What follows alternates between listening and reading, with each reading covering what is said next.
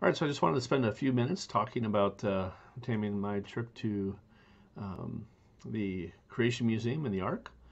Both of them are just a little bit south of Cincinnati. Let me just say I would recommend anybody going. It's a great time, a great place to check out and understand and see a little bit. Um, we thoroughly enjoyed both of them. We went to the Creation Museum first and spent several hours there. Um, I did not take as many pictures there as I should have. You get wrapped up into reading and looking and everything else. You don't take as many pictures. Um, but what impressed me was just how they really do want to do things with excellency. They really strive for to do the best that they can. It is not um, a low quality museum. It is a very high quality, high um, just very well done. It's uh, you know similar as far as the feel and the design is going, and I would say even argue even better than the general museums that you would go to for secular things. And so this was really good. It was really fantastic. They had a video that we got to see that was very interesting about the 7 days of creation. Um, to visualize Genesis 1 and 2 like that was fantastic. Um, Obviously, they take a little bit of liberty about how it all looked as it was being created.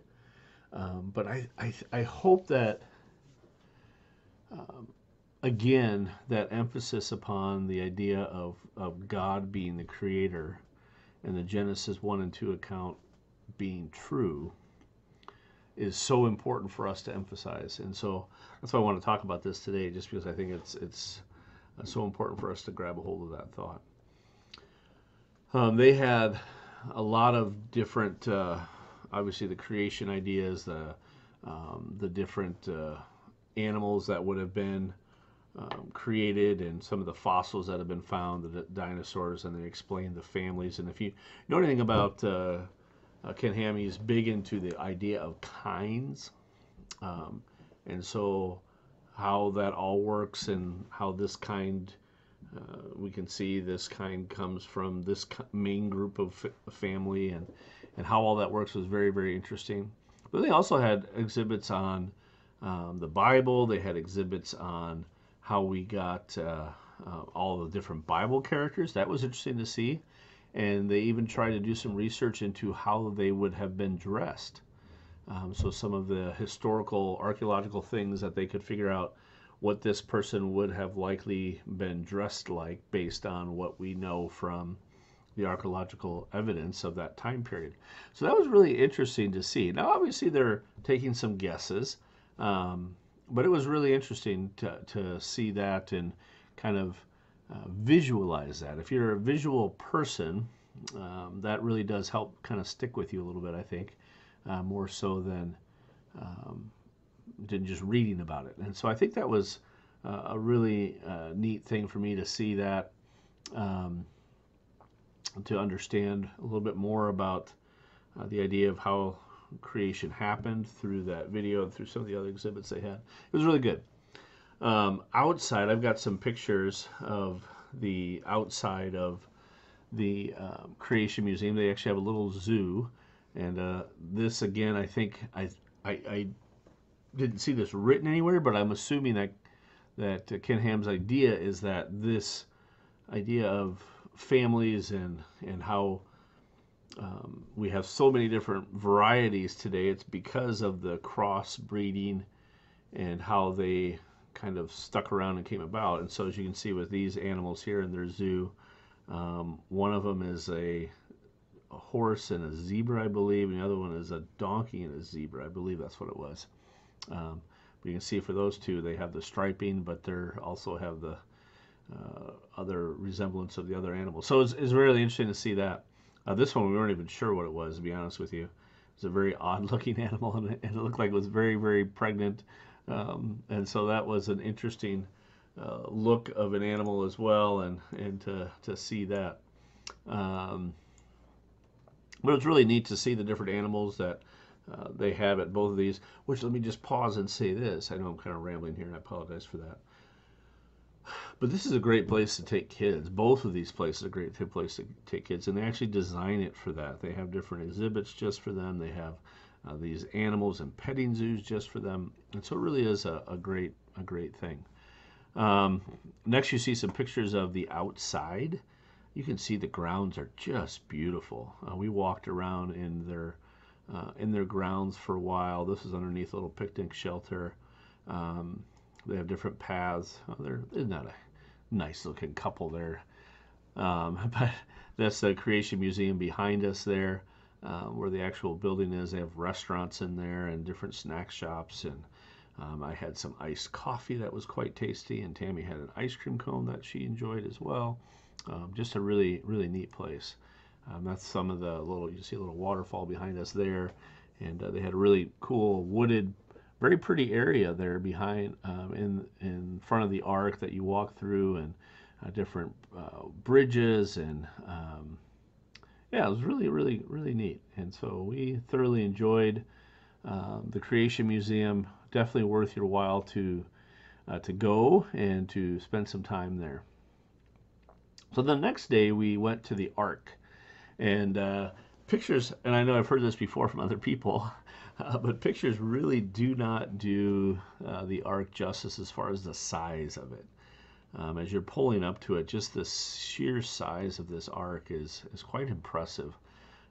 You can see it from quite a ways away, and really, really pretty neat to see. And they said something about that. It's one of the largest wood structured buildings, or whatever you want to call it, in the world. So it's because it is mostly made out of wood. Obviously, it has some concrete that it's foundation, but mostly made out of wood. It's quite impressive. It really is.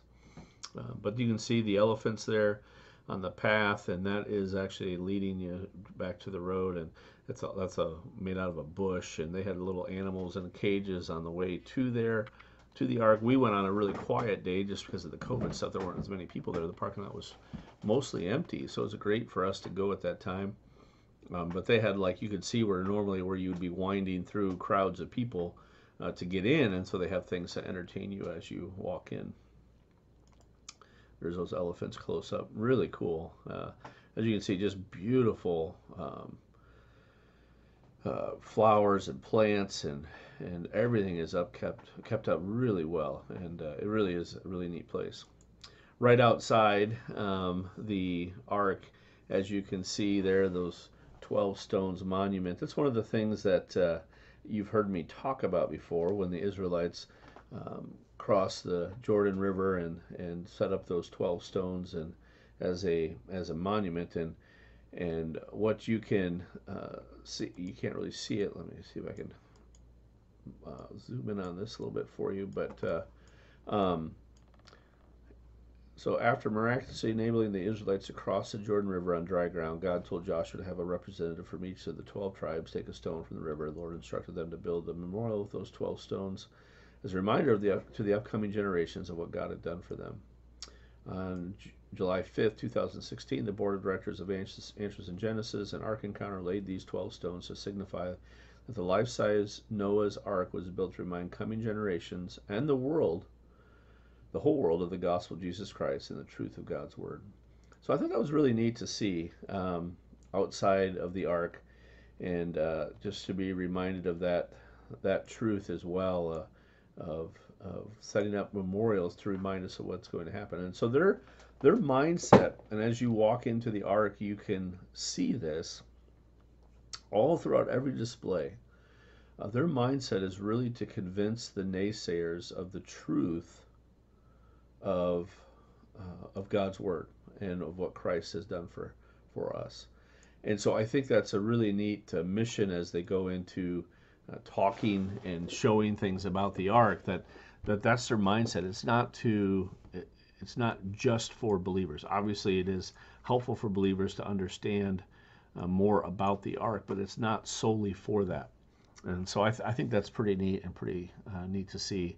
And so this ark really is an evangelistic tool. And as you go through it, you can't help but see that. And um, so it's really neat. So as you walk in, this was the scene. This is the center of the ship, of the ark.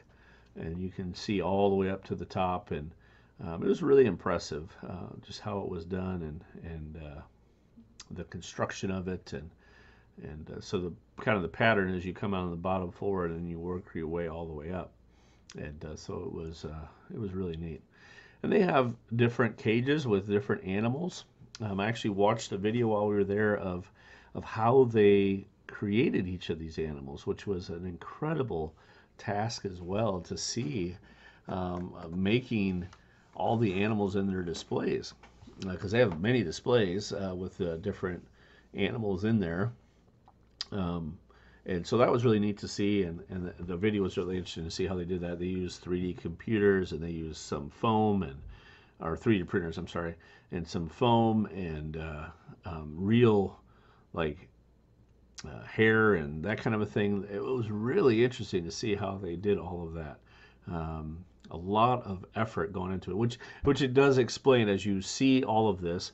Like when you're first going onto the website and you see that it costs, I think, $39 a person for each place. Well, it's a discount if you do both, which is what we did. But it's not an inexpensive place to go. But you can understand as you walk in there and you see all that they're doing and how they're keeping up everything to really look well and continue to expand it to make it a great place for a family to visit.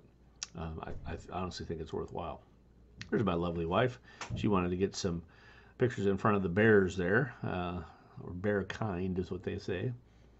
But it's interesting to see the different cages and how they assume that some of the things may be. Even the waste, you can see underneath here how they think maybe the waste was collected and the different things they have there. I thought that was really interesting to see. They have the design, and you can see on that picture, again, zoom in there, each deck is engineered to account for the following needs: sensible division of labor, time-saving mechanical processes, effective ventilation and waste removal, and strategic placement of food and water.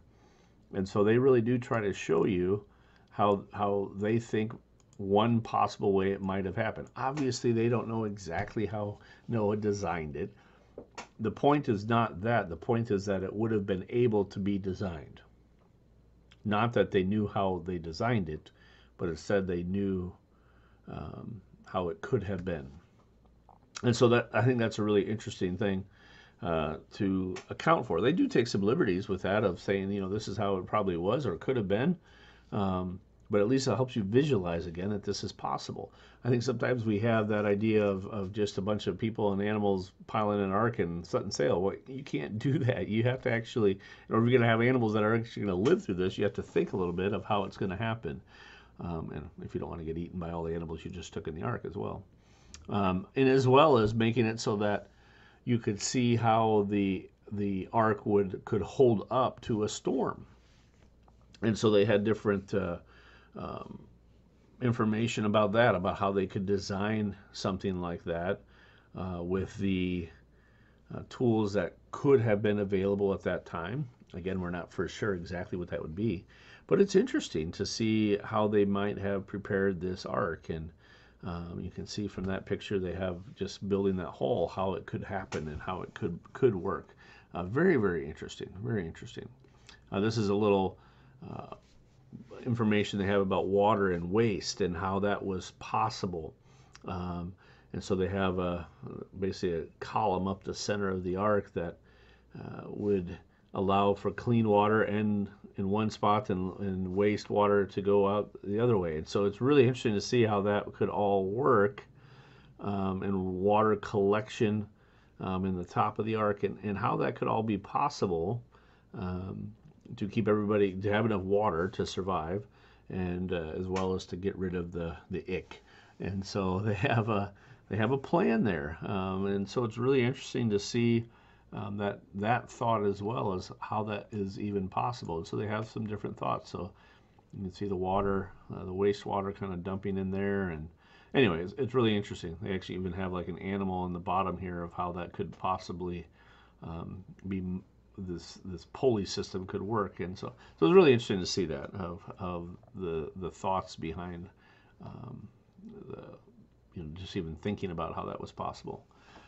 One thing I never thought of is that they would need to take tools on the ship to repair things that broke, because you have that many animals, that many people, 6 people on an ark for that long. Surely something's going to have to break. So here they have like a little woodworking shop, and they had another one that was like a blacksmith type of a shop, because they would have had to repair things. And so they had a little display for that, which I thought was really, really interesting to think about the different tools that they would have had available at the time. So yeah, there's the blacksmith one there. So very interesting to see that. This was a sign they had, and if you've listened to Ken Ham at all, you know he is very much against using Noah as like a fairy tale and kids story book kind of a thing that makes it look very fake and flowery and that kind of an idea. But he has this statement on the side of that hall that has basically a bunch of children's books with cartoony like Noah stuff. But notice that statement: if I can convince you that the flood was not real, then I can convince you that heaven and hell are not real. That's a fantastic statement. What a tremendous thought on that, to really contemplate that truth. Also had this display on in one section. I don't remember what it was talking about or why that was in there, but it was basically how many people could have possibly been living during the time of the flood. I think that's something that we forget about, is the timeline of how many years that likely would have happened. And we'll fully admit, I think anybody will admit that's has looked at any of the timelines of the Bible, that we don't know necessarily perfectly well exactly the number of years, but there's a pretty good idea that you could tell from adding up people's life, death, that kind of a thing. And you can even see they do have this huge timeline, which was really interesting to see. But what's interesting is, you're talking 1,600 years. I think that's about what it is. And so they have this little chart to kind of remind you that the population, even, number one, we don't know the population rate at that point, the growth rate at that point in time. But right now, I think right now it's like 1.1% here. Now, I think you could argue that possibly at that time people would have had a higher population growth period with longer people living longer, A.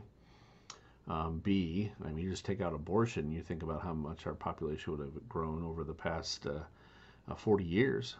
The rate would have substantially increased. So anyway, at 1.1%, which is what we have right now, 147 million people could have been alive during the time of Noah. That's pretty amazing to think about. That's a lot of people. But it was a long time. Sometimes in our mind, because in God's Word, they're so close together in the book of Genesis that we don't have a lot of information between there, that we forget about between the creation and the flood, that we forget just how many years passed in there.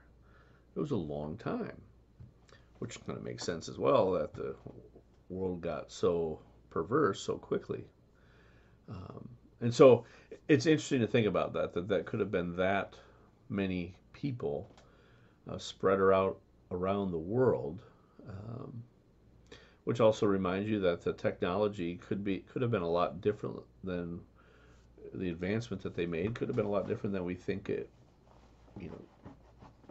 They had to start over. How far advanced were they before Noah shut people up in that ark and the flood waters came? We don't know. So it's very interesting to contemplate that thought of how quickly and how much the population growth was. Um, so when you think about that and you think about the flood, because a lot of times when you see this this idea of the flood being used as like children's book and a little cartoony character, and you think of about 20 people being around Noah, and that's about all that was living at the time, instead of 147 million people. That's a big difference, or possibly even 20 billion people. That's really a big difference, and that's only 0.3% difference in the growth rate. So that's very very interesting to me to contemplate all of that. This is really cool. This is the doors of the ark, and they have a sign which I did not get a picture of, just to the left about that door being shut, and but the open door that we have through Christ. And so it's really interesting to see that, and quite a visual, just to understand that a little bit better. You can see there another picture of just the ramps going up and down. Just the sheer size of the ship, but that's how it all is. In the middle of the ship is, in the middle of the ark is all the up and down ramps, and that's how you get from the first floor to the third floor. There's just another picture of some living area quarters and feed, that kind of a thing. So just rather interesting to see that, what it might entail. And then you see the picture of from the outside again. Just the sheer size of that ark is it's really neat. And again, this is one of those places. They have a zoo here as well. They have zip lines for the adventurous types. If you do want to do the zip lines, you need to schedule that ahead of time. They were all booked up when we were there for several days, but really interesting to see. They have a climbing course, zip lines, zoo, petting zoo, different little fairground type foods. So yeah, it was really neat to experience all of that. So we really enjoyed it. Really enjoyed the learning experience of it, and just like we talked about, have been talking about, and I know when you watch this, you will have already heard my Sunday morning message, but the reminder of God's judgment, it is coming again. And just like during Noah's time, when people did not want to hear that truth, that the judgment of God is coming, so today people don't want to hear that truth, that God's judgment is coming. But the reality is, it's coming, and we need to be ready. And we as believers need to be sharing the message that the judgment of God is coming. God's wrath will be felt by all mankind. And so this was that visual reminder again of that truth. And just like today, so many people have made a mockery out of God and out of His Word and out of what His Word teaches. Just as they mocked Noah, well, we as Christians have to continue to preach, just like Noah did. Continue to work as if what God said is true, because it is. And that's such an important reminder for us. And when you look at the size of that and think about Noah and his sons building that huge, huge ship, boy, it sure does remind us of the importance of the work we have to do. I can't imagine any of us have ever experienced anything as big of a project as that, building that ark.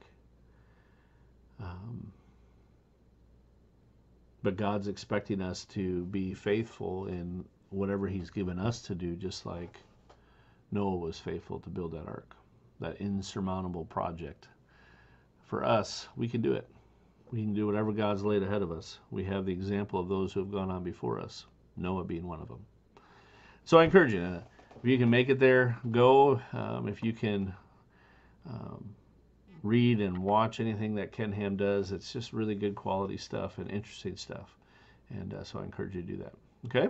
We may even do a Bible study. I've been thinking about that a little bit of some studies that we could do together as a church or in small groups, that kind of a thing. We may try to do that and as families or as individuals and try to do some personal study. Well, some of his studies are really good and really important for today more than ever, that we understand the truth of God's Word. And so I encourage you to, if you have time, maybe not this year with the COVID stuff, but sometime make sure you try to get out to see the Ark and the Creation Museum. Go to both. They're both very, very worthwhile. All right? That's my report and my little advertisement, I guess, for the Ark and the Creation Museum. All right, thanks for watching, and be encouraged today. Our God's a great God who prepared that Ark to deliver man, the man that was willing to listen and be warned, and deliver the animals so that we can enjoy animals today.